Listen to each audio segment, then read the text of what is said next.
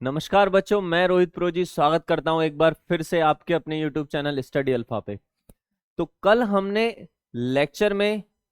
के लेक्चर में हमने किया था exercise 8.1 question number 6 to question number 9।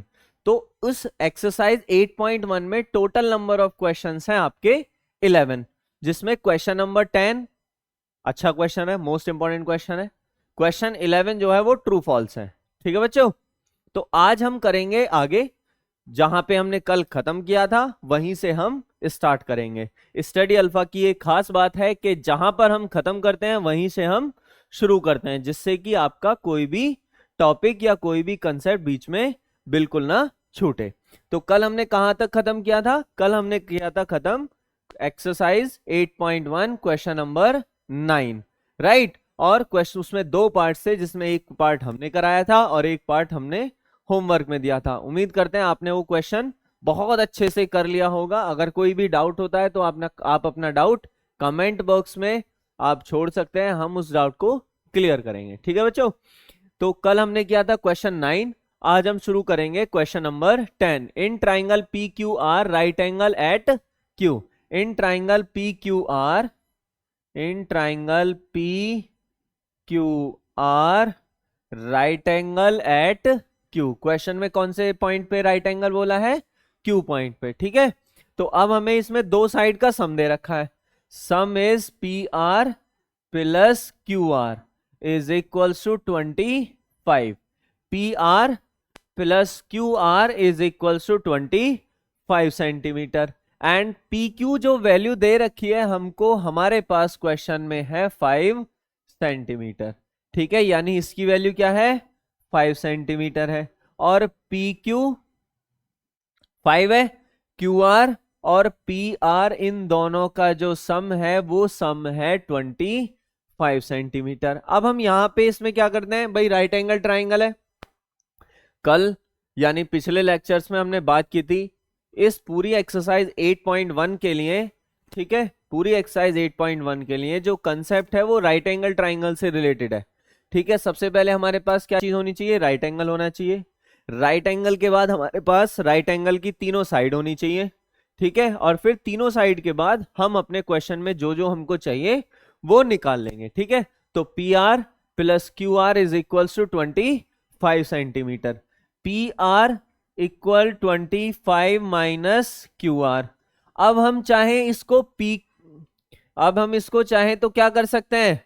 P R equal 25 minus Q R. ठीक है, हम जरूरी नहीं है, क्योंकि बस मन में क्वेश्चन आता है क्या सर जरूरी है कि हम क्यू आर को इधर ही लेकर के जाएं? हम चाहे तो पी आर को भी तो लेके जा सकते हैं। बिल्कुल करेक्ट है, हम चाहें तो 25 माइनस पी आर भी कर सकते हैं। फिर क्वेश्चन इसके अकॉर्डिंग सोल्व होगा। अगर इसको करते हैं तो हम इसके अकॉर्डिंग सोल्व होगा। दोनों से ही करेक्ट आंसर आएगा और दोनों से जो पी आर और क्यू आर की जो वैल्यू है वो दोनों से ही बिल्कुल सेम आएंगी एज पर आर क्वेश्चन, उसमें चेंज होगा ही नहीं। ठीक है, तो हमारे पास P R equal 25 minus Q R लिख लिया। अब P R equal 25 minus Q R हो गया in triangle P Q R. In triangle P Q R जब आप इसमें पाइथागोरस थ्योरम लगाएंगे, P R square equal P Q square plus P plus Q R square. भाई Pythagoras theorem क्या होगी? 90 के सामने वाली लाइन हाइपोटेनियस, ये है ना 90 के सामने वाली लाइन। ठीक है, यानी वो क्या है? पी आर स्क्वायर यानी hypotenuse square is equal to perpendicular square plus base square. P R की वैल्यू हमने यहां निकाल रखी है 25 minus Q R, 25 minus Q R whole square. और पी क्यू की वैल्यू क्या है? 5 स्क्वायर प्लस क्यू आर जैसा है वैसा का वैसा ही। अब मन में सबके में सवाल जो क्वेश्चन आना है वो यही आएगा क्या कि सर हमने यहां पे पी आर की जगह 25 माइनस क्यू आर क्यों करा?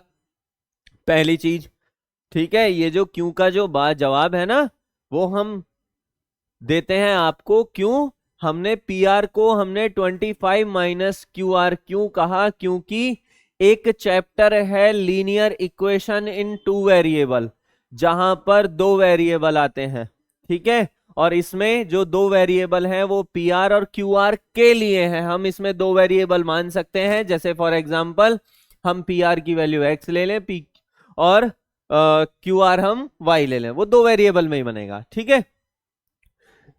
क्योंकि पॉइंट ये है कि एक ही इक्वेशन में दो वेरिएबल में एक बार में सोल्व नहीं हो सकता, हमने उसको सेम वेरिएबल में बना करके उसको तब सोल्व करना है।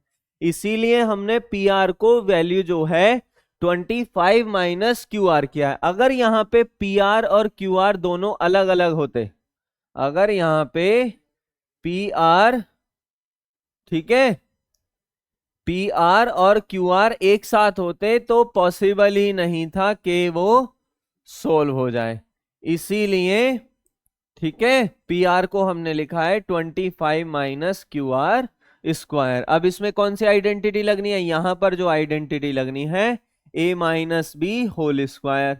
तो क्या है उसका, ए स्क्वायर यानी 25 स्क्वायर प्लस बी स्क्वायर यानी Q R square minus 2 a b, ठीक है। जब इसमें हम a माइनस बी के होल स्क्वायर लगाएंगे, दोनों को कंपेयर करेंगे, तो a के प्लेस पर क्या है 25 और b के प्लेस पर क्यू आर।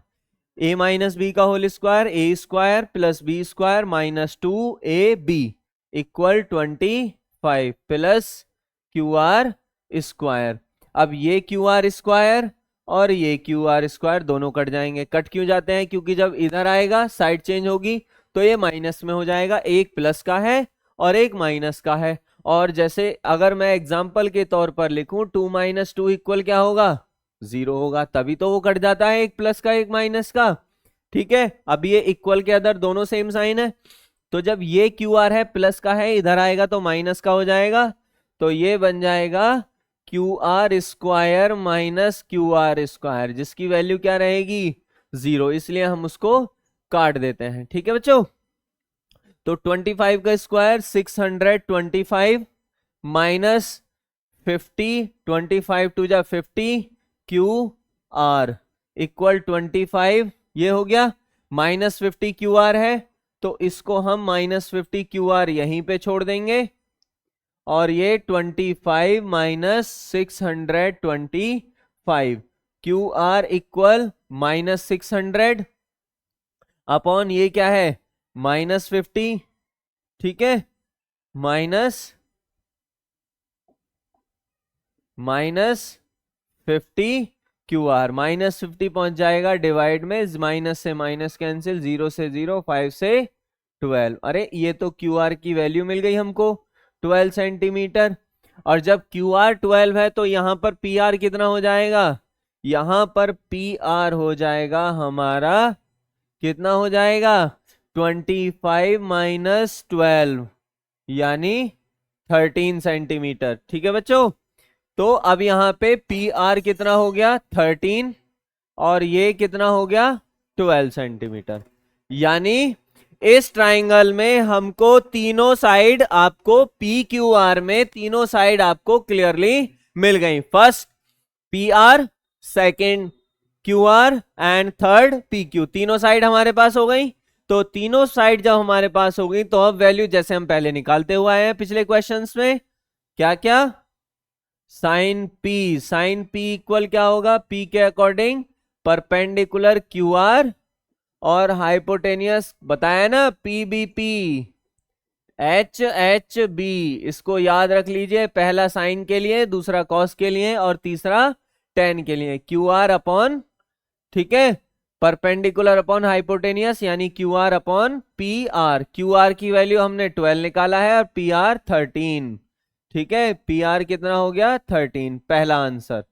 दूसरा कॉस पी क्या होगा, कॉस पी होगा बेस, यह है ना बेस अपॉन हाइपोटेनियस, बेस, ठीक है, बेस अपॉन हाइपोटेनियस यानी P Q upon hypotenuse P R. P Q की वैल्यू हमारे पास कितनी है, कहाँ है पी क्यू की वैल्यू, कहाँ है भाई, ये रही, ठीक है। तो 5 अपॉन 13 आंसर, और ऐसे ही 10 पी परपेंडिकुलर अपॉन बेस, इसको आप खुद लिखेंगे, ठीक है, ये आपके लिए खुद से आपको लिखना है। ठीक है बच्चों, जल्दी से इसका स्क्रीनशॉट ले लीजिए या फिर नोट कर लीजिए, जिससे कि आपको याद रहे कि आपने क्या किया है, और जब आप प्रैक्टिस करेंगे, ठीक है, तो आपको इन चीजों का, सही है, इन चीजों का आपको यूज होगा जब आप प्रॉपर तरीके से नोट्स बनाएंगे, एक एक क्वेश्चन का सॉल्यूशन आप लिखेंगे। ठीक है बच्चों, जल्दी से इसका स्क्रीनशॉट ले लीजिए।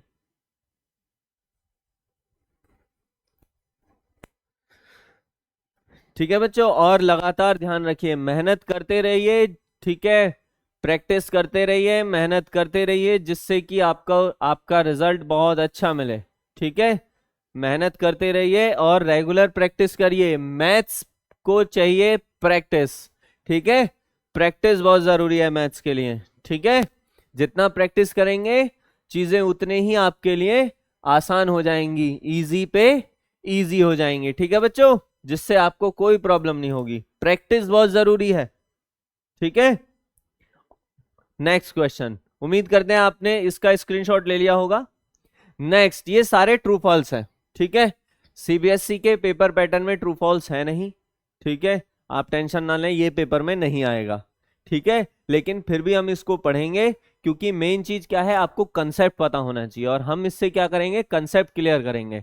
तो सबसे पहले क्या है, state whether the following are true और फॉल्स, जस्टिफाई और आंसर। ठीक है, रीजन बताना है, तुक्का नहीं मारना है, गैस नहीं करना है कि ट्रू आएगा या फॉल्स आएगा, राइट। तो सबसे पहला, the value of 10a is always less than 1, 10 की वैल्यू हमेशा 1 से कम होगी, जरूरी नहीं है। ठीक है, 1 से ज्यादा भी हो सकती है। अब ये क्यों हो सकती है, ये भी बहुत सवाल है भाई। 10 क्या होता है, 10 होता है हमारा परपेंडिकुलर अपॉन बेस, यही तो होता है। अब कोई जरूरी थोड़ी है कि भैया परपेंडिकुलर जो होगा वो बेस से छोटा ही होगा। भाई 1 से छोटा कब होगा, जब नुमरेटर, ठीक है, नुमरेटर डेनोमिनेटर से छोटा है, तो वैल्यू जो रहेगी वो लेस देन 1 रहेगी। और जब नुमरेटर डेनोमिनेटर से बड़ा है, करेक्ट है, जब नुमरेटर डेनोमिनेटर से बड़ा है, तो जो वैल्यू रहेगी वो ग्रेटर देन 1 रहेगी। तो कोई जरूरी थोड़ी है भाई ये 5 हो गया, ये 4 हो गया, ये 3 हो गया। अब यहाँ पे क्लियरली है कि 4/3 it is greater than 1। Obvious सी बात है भाई, परपेंडिकुलर जरूरी थोड़ी हमेशा बेस से छोटा आएगा, आ सकता है बट ऑलवेज पॉसिबल नहीं है। हमेशा लेस देन 1 होगा जरूरी नहीं है, हो सकता है लेस देन 1, नो डाउट, लेकिन हमेशा होगा तो ये नहीं होगा। इस वजह से इसका आंसर क्या हुआ, फॉल्स। ठीक है, हो सकता है पर जरूरी नहीं है कि हमेशा ही हो। ठीक है, next, sec a is equal to 12/5। भाई sec क्या होता है, sec होता है हमारा 12, sec होता है हमारा, भाई इसको हम लिख लेते हैं थोड़ा सा, p b p p b p upon h h b। तो ये है tan के लिए, ये है cos के लिए, और cos का उल्टा क्या होता है, sec। तो जब cos बेस अपॉन हाइपोटेनियस है, cos क्या है, बेस अपॉन हाइपोटेनियस, तो sec क्या हो जाएगा, hypotenuse upon base for sec। ठीक है, और ये किसके लिए है, cos के लिए बेस अपॉन हाइपोटेनियस, और sec के लिए हाइपोटेनियस अपॉन बेस। और हमें क्वेश्चन में 12/5 दे रखी है। अब क्लियरली जब sec है, ठीक है, sec है, sec क्या है 12/5, यानी sec इक्वल होता है हाइपोटेनियस अपॉन बेस। और जब इसको हम इससे कंपेयर करेंगे तो हाइपोटेनियस हमेशा क्या होती है, राइट एंगल ट्राइंगल की, आपको हमने पिछली क्लास में बताया, हाइपोटेनियस होती है, हाइपोटेनियस होती है is the longest side of a right angle triangle. Hypotenuse is the longest side of a right angle triangle. तो hypotenuse तो डेफिनेटली बेस से बड़ा होगा ही होगा। तो ऑब्वियस सी बात है कि sec a is equals to 12/5। देखो हमने अपने कल अपने टाइपिंग मास्टर को बताया था कि अपॉन में लिखना है, लेकिन उन्होंने फिर से आज वही काम कर दिया। ठीक है, कितना समझाए, ठीक है, लेकिन मैथ्स टीचर का काम क्या होता है, समझाने का होता है। ठीक है, उसको समझाया जाएगा, जब तक उसको समझ में ना आएगा हम समझाएंगे, क्योंकि हमारा काम, स्टडी अल्फा का काम क्या है, आप लोगों को समझाने का है, और हमारा काम बच्चों आपको ट्रिग्नोमेट्री और आपकी मैथ्स का पूरा कंसेप्ट समझाना है और अपने टाइपिंग मास्टर को बताना है टाइपिंग के बारे में, how to type your questions, ठीक है, और आपको क्वेश्चन का सॉल्यूशन समझाना है, ठीक है। तो sec A equal hypotenuse upon base, तो हाइपोटेनियस तो ऑब्वियस सी बात है बेस से बड़ा ही होगा, तो yes yes it is the value of, और it is the sum value of angle A, yes हो सकता है किसी एंगल के लिए, तो इसलिए इसमें क्या आएगा, true. cos A is the abbreviation of use for cosecant, बिल्कुल नहीं। कोसेकेंट का पूरा नाम क्या है, कोसेकेंट किसके लिए होता है, कोसेकेंट होता है कोसेक के लिए, और कॉस के लिए क्या होता है, कॉस के लिए होता है कोसाइन, कॉस के लिए क्या होता है, कोसाइन, ठीक है। तो इसका एब्रीवेशन ये है ही नहीं, तो क्या आया, फॉल्स आया, क्या आया, फॉल्स, ठीक है। सही है बच्चों, भाई कॉस किसके लिए होता है, कोसाइन के लिए, और कोसेकेंट के लिए क्या है, कोसेक, ठीक है। Cot A is the product of cot into A, no, A अलग है, ये फॉर एंगल के लिए है वो, यानी ये जो है हम इसको ऐसे याद रख सकते हैं, ए फॉर एप्पल नहीं, एंगल, लेकिन ये क्या है, ये किसी एंगल के लिए है, एंगल से मतलब भाई 30 हो सकता है, 60 हो सकता है, 40 हो सकता है, 35 हो सकता है, 30 हो सकता है, 35, 20 वटेवर, लेकिन रहेगा क्या, रहेगा एक्यूट एंगल, ठीक है, रहेगा क्या, एक्यूट एंगल। तो इन दोनों का तो प्रोडक्ट है ही नहीं, तो इसमें क्या आया, इसमें आया हमारे लिए फॉल्स, ठीक है, इसमें आया हमारे लिए फॉल्स, ठीक है। Sine theta is equal to 4/3, ठीक है, फॉर सम एंगल थीटा। अब साइन क्या होता है भाई, परपेंडिकुलर अपॉन हाइपोटेनियस होता है, और हमको क्वेश्चन में साइन थीटा की वैल्यू क्या है, 4/3। ये पॉसिबल हो सकता है क्या, बताइए जल्दी से, ये पॉसिबल बिल्कुल नहीं हो सकता। क्यों नहीं हो सकता, इसका जवाब सुन लीजिए, क्योंकि हमने पढ़ा है hypotenuse is the longest side of A right angle triangle, right angle triangle की सबसे बड़ी साइड जो होती है वो हाइपोटेनियस होती है, और जब आप इसको कंपेयर करेंगे तो 4 इज ग्रेटर देन 3, यानी ये क्लियरली दिख रहा है कि perpendicular is greater then hypotenuse, जो कि पॉसिबल ही नहीं है। क्यों पॉसिबल नहीं है, क्योंकि hypotenuse is the longest side, और 3 4 से बड़ा हो ही नहीं सकता, तो इसका मतलब ये भी क्या रहा, फॉल्स रहा, ठीक है बच्चों। वैसे ट्रू फॉल्स आते नहीं है, लेकिन कंसेप्ट आपको आना चाहिए, कौन सी चीज क्या है, बहुत छोटी छोटी चीजें हैं, ठीक है बच्चों, सही है। अब उसके बाद अब जो आपका जो नेक्स्ट है, नेक्स्ट एक्सरसाइज जो चलेगा वो चलेगा आपका trigonometric related to specific angles, ठीक है, trigonometric related to specific angles. अब स्पेसिफिक एंगल्स क्या क्या है, स्पेसिफिक एंगल्स है वहां पर आपको कुछ एंगल दे दिए जाएंगे, कुछ एंगल से मतलब स्पेशल एंगल्स। अब वो स्पेशल कौन कौन से हैं, सबसे पहले ध्यान रखना 0 डिग्री, कौन सा, 0 डिग्री, दूसरा 30 डिग्री, तीसरा 45 डिग्री, चौथा 60 डिग्री, पांचवा 90 डिग्री। ये 5 आपको एंगल हैं, इन पांचों की वैल्यू आपको निकालनी है, वो हम बताएंगे, हम आपको टेबल बनानी सिखाएंगे, ठीक है, जिससे कि आप बोर्ड में अगर याद करने की जरूरत नहीं है, बस आपको क्या करना है, आपको टेबल बनानी सीख लीजिएगा, आप पूरी टेबल बना लेना, याद करने की जरूरत नहीं है, ठीक है बच्चों। मैथमेटिक्स जिसको मैथ्स आती है अगर वो याद करने लगा तो बस, ठीक है, मैथ्स याद करने के लिए नहीं है, ठीक है बच्चों। तो इसको हम कल बताएंगे, ठीक है, नेक्स्ट क्लास में हम इसको एक्सप्लेन करेंगे, 0 degree, 30 degree, 45 degree, 60 degree, 90 degree, कौन सी चीज कैसे होती है, ठीक है, वो कल हम बताएंगे, नेक्स्ट क्लास में बताएंगे, नेक्स्ट लेक्चर में बताएंगे किसकी क्या वैल्यू होती है और कैसे होती है और क्यों होती है, ठीक है बच्चों। तो ये जानने के लिए कल की क्लास बहुत इंटरेस्टिंग होने वाली है, आप आइए जुड़िए हमारे साथ, और हमारे चैनल स्टडी अल्फा को लाइक करें, शेयर करें, सब्सक्राइब करें, ठीक है, और अच्छे नॉलेज के लिए हमारे स्टडी अल्फा से जुड़ते रहिए, ठीक है बच्चों।